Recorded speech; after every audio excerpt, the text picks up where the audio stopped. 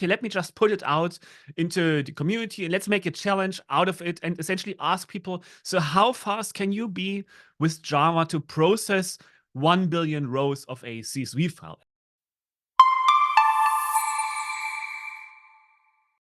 Hello, everyone. Welcome back to the next episode of simplyblock's Cloud Commute podcast. Today, I have a really good guest, a really good friend with me. We know each other for quite a while. I don't know, many years. Another fellow German. And I guess a lot of, at least when you're in the Java world, you must have heard of him. You must have heard him. Gunnar, welcome. Happy to have you. Chris, hello everybody. Thank you so much for having me. Super excited. Yes, I don't know, to be honest, for how long we have known each other. Yes, definitely quite a few years. Always running into each other in the Java community. Right. I think the German Java community is very encapsulated. All right. There's a good chance yes. a good chunk of them. Absolutely. I mean, you would actively have to try and avoid each other, I guess, if you really don't want to meet somebody. that is very true. So, well, we already heard who you are, but maybe you can give a little bit of a deeper introduction of yourself. Sure. So I'm Gunnar. I work as a software engineer right now at a company called Decodable. We are a small startup in the data streaming space, essentially moving and processing your data. And I think we'll talk more about what that means. So that's my current role. And I have, a bit of a mixed role between engineering and then also doing outreach work, like doing blog posts, podcasts, maybe sometimes, going to conferences, talking about things. So that's what I'm currently doing. Before that, I've been for up to the day, for 10 years at Red Hat, where I worked on several projects. So I started working on, different projects from the Hibernate umbrella. Yes, it's still a thing. I still like it. So I was doing that for roughly 5 years, working on bean validation. I was the spec lead for bean validation 2.0, for instance, which I think is also how we met, or I believe we interacted somehow with in the context of bean validation. I remember something there. Probably. Right. And then, well, I worked on a project which is called Debezium. It's a tool and a platform for change data capture. And again, we will dive into that. But I guess that's what people might know me for. I'm also a Java champion, as you are, Chris. And I did this challenge. I need to mention it. I did this kind of viral challenge in the Java space. So some people might also have come across my name in that context. All right, let's get back to the challenge in a moment. But right. Maybe say a couple of words about Decodable. I think everyone knows Red Hat and everything Red Hat does. So talk about Decodable. Yes. So essentially, we built a SaaS, a software as a service for stream processing. So this means essentially it connects to all kinds of data systems, let's say databases like Postgres or MySQL, streaming platforms like Kafka, Apache Pulsar.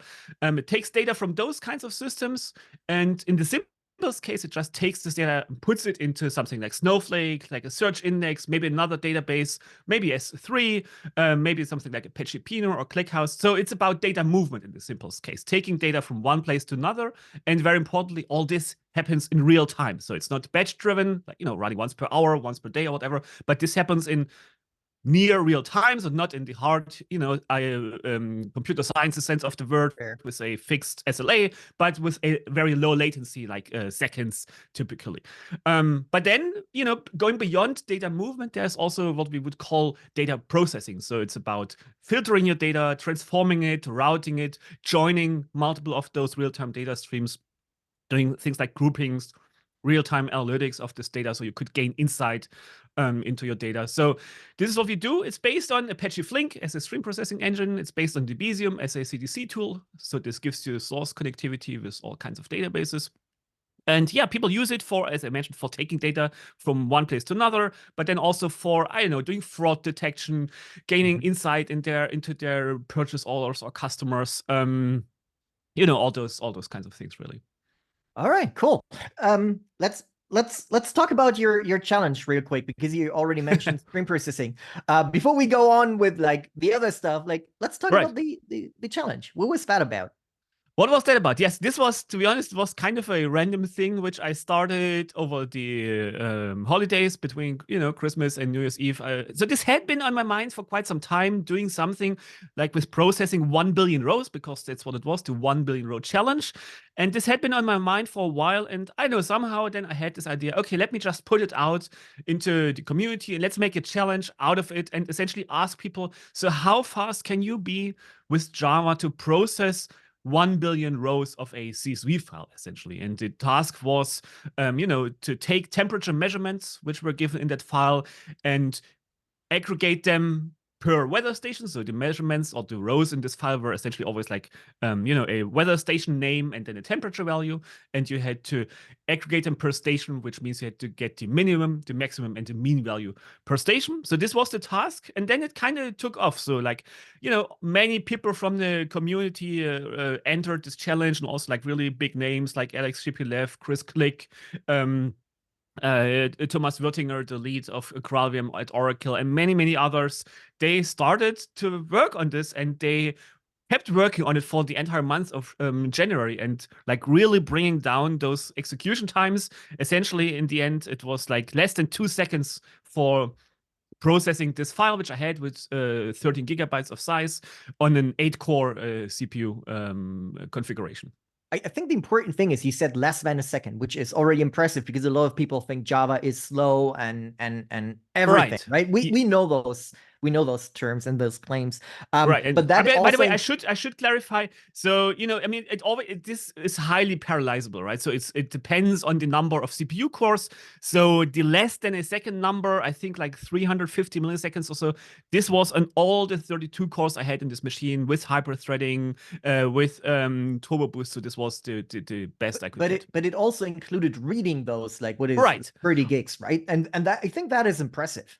Yes, but again, then reading from memory. So essentially, I wanted to make sure that disk I/O is not part of the equation, because it would be super hard to measure for me anyway. So that's why I said, okay, I will have everything in a RAM disk, and so everything comes or came out of memory for that contest. Okay, got it. But still, it got pretty viral. Absolutely. I've seen it from the start, and I was kind of blown away by who joined that. Oh yeah, discussion. Yeah. It was really cool to look after and to just follow up. I didn't have time to jump into that myself, but by the numbers and the results I've seen, yes, I would have not won anyway. So it was crazy. Not me wasting time. Absolutely. And I mean, people pulled off like really crazy tricks to get there. And by the way, if you're at Java Land in a few weeks, I will do a talk about some of those things at Java Land. I think by the time this comes out, it was a few weeks ago, but we'll see. Okay. I made the mistake for every recording. I made the temporal reference. That's totally fine. I think a lot of the Java Land talks are now recorded these days, and they will show up on YouTube. Right. So when this comes out and the talks are already available, I'll just put it in the show notes. Perfect. All right. So that was the challenge. Let's get back to Decodable. Right. You mentioned Apache Flink being like the underlying technology Decodable built on. So how does that work? So Apache Flink, essentially, that's an open source project which, concerns itself with real-time data processing. So it's essentially, an engine for processing either bounded or unbounded streams of events. So there's also a way where you could use it in a batch mode, but this is not what we are too interested in. So for us, it's always about unbounded data streams, coming from a Kafka topic, let's say. So it takes those event streams, it defines semantics on those event streams, like, what's an event time, what does it mean if an event arrives late or out of order. So you have like the building blocks for all those kinds of things. Then you have a stack, a layer of APIs which allow you to implement stream processing applications. So there's more imperative APIs, which in particular is called the data streaming API. So there you really program in Java typically, or Scala, I guess, your flow in an imperative way. Yeah, Scala, I don't know who does it, but there may be some people. And then there's more and more abstract APIs. So there's a table API, which essentially gives you like a relational programming paradigm. And finally, there's Flink SQL, which also is what Decodable employs heavily in the product. So there whenever you reason about your data streams in terms of SQL. So let's say, you want to take the data from an external system, you would express this as a create table statement, and then this table would be backed by a Kafka topic, and you can do a select then from such a table. And then, of course, you can do, projections by massaging your select clause. You can do filterings by adding where clauses. You can join multiple streams by, using the join operator, and you can do windowed aggregations. So I would feel that's the most accessible way for doing stream processing, because there's, of course, a large number of people who can implement SQL, right? Right. And I just wanted to say, and it's all like a SQL dialect. It's pretty close as far as I've seen to the original like standard SQL. Yes, exactly. And then there's a few extensions, because you need to have this notion of event time, or what does it mean? How do you express how much lateness you would be willing to accept for an aggregation? So there's a few extensions like that. But overall, it's SQL. For my demos, oftentimes I can start working on Postgres, develop some queries on Postgres, and then I just take them, paste them into like the Flink SQL client, and they might just run as is, or they may need a little bit of adjustment. But it's pretty much standard SQL. All right, cool. The other thing you mentioned was Debezium, and I know I think you originally started Debezium. Is that true? It's not true. No, I did not start it. It was somebody else at Red Hat, Randall Haug. He's now at Confluent. But I took over the project quite early on. So Randall started it, and I came in after a few months, I believe. And I think this is when it like really took off, right? So, I went to many conferences, I spoke about it, and of course others as well. The team grew at Red Hat. I was the lead for quite a few years.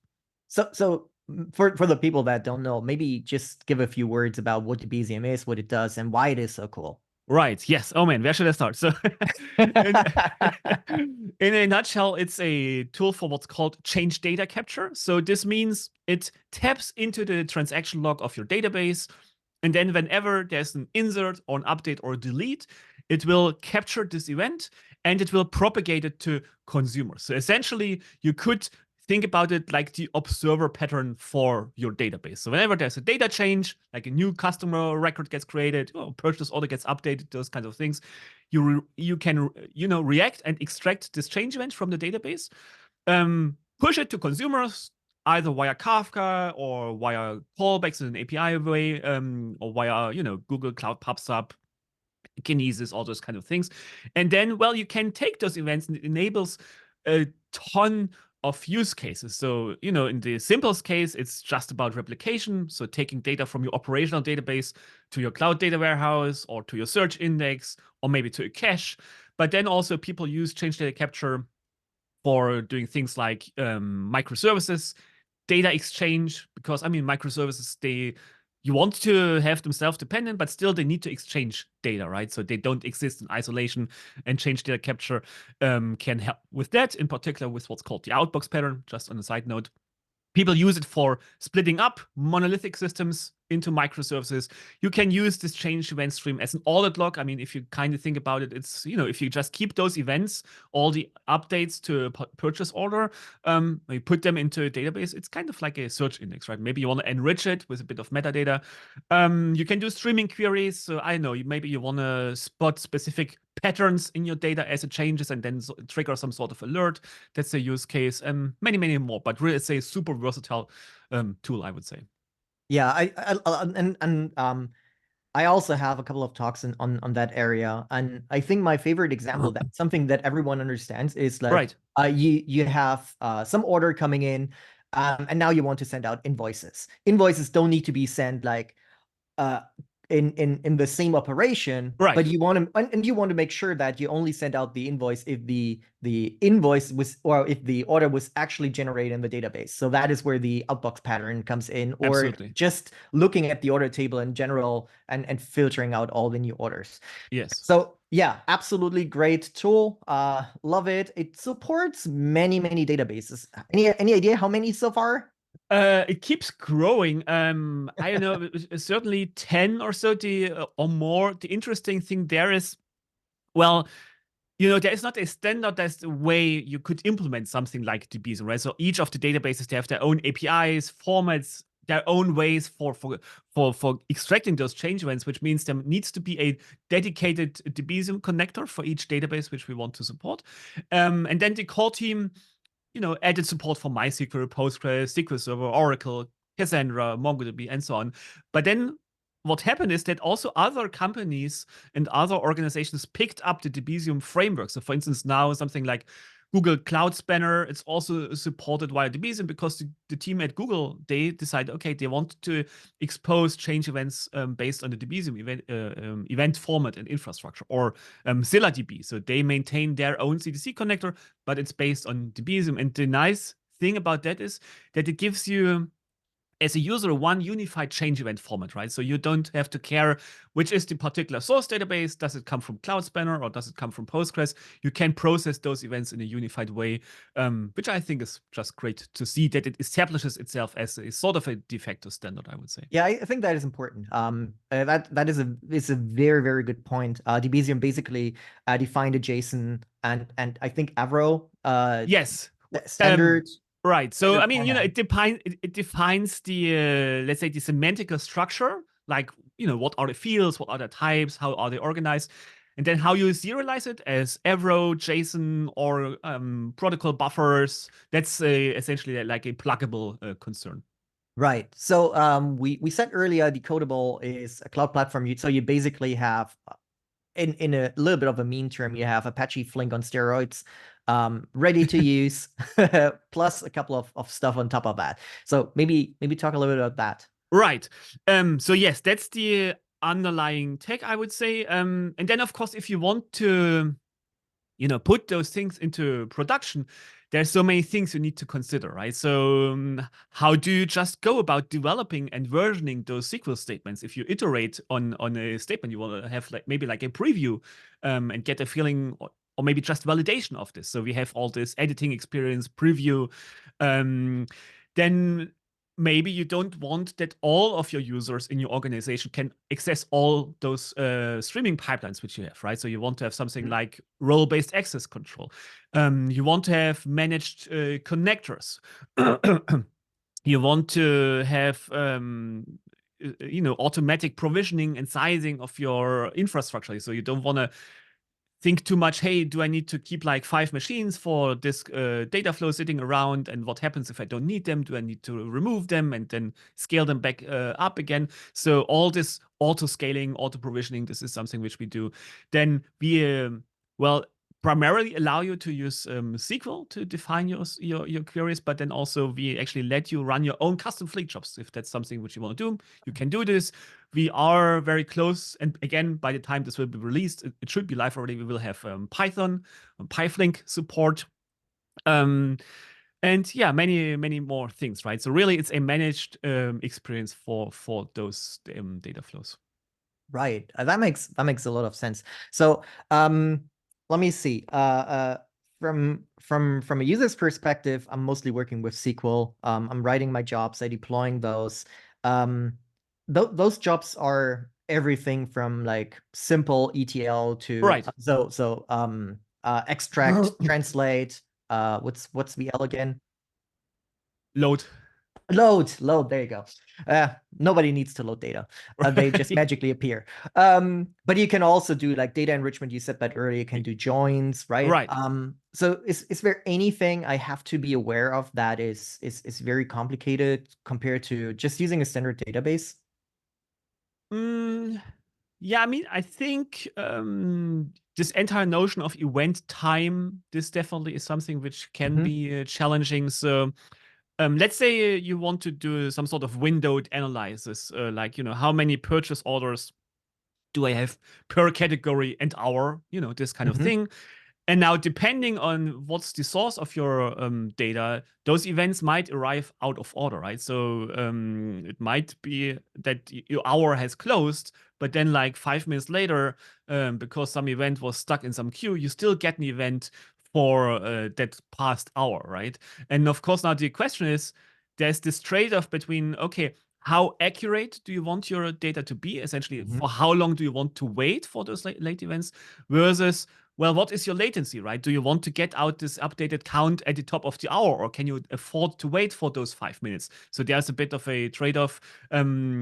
I think, this entire complex of runtime, I think that's certainly something where people often have at least some time to learn and grasp the concepts. Yeah, that's a very good one. In a previous episode, we had the discussion about connected cars, and connected cars may or may not have an internet connection all the time. So you Absolutely, get yes. like super late events Right. sometimes.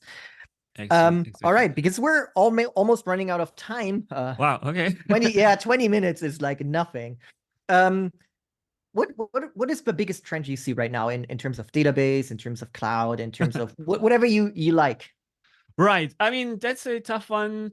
Well, I guess there can only be one answer, right? It has to be AI. I feel I mean, I know it's boring, but well, the trend is not boring, but saying it is kind of boring. But I mean, that's what I would see. And the way I could see this impact things like we do. I mean, it could help you just with scaling, of course. Like, we could make intelligent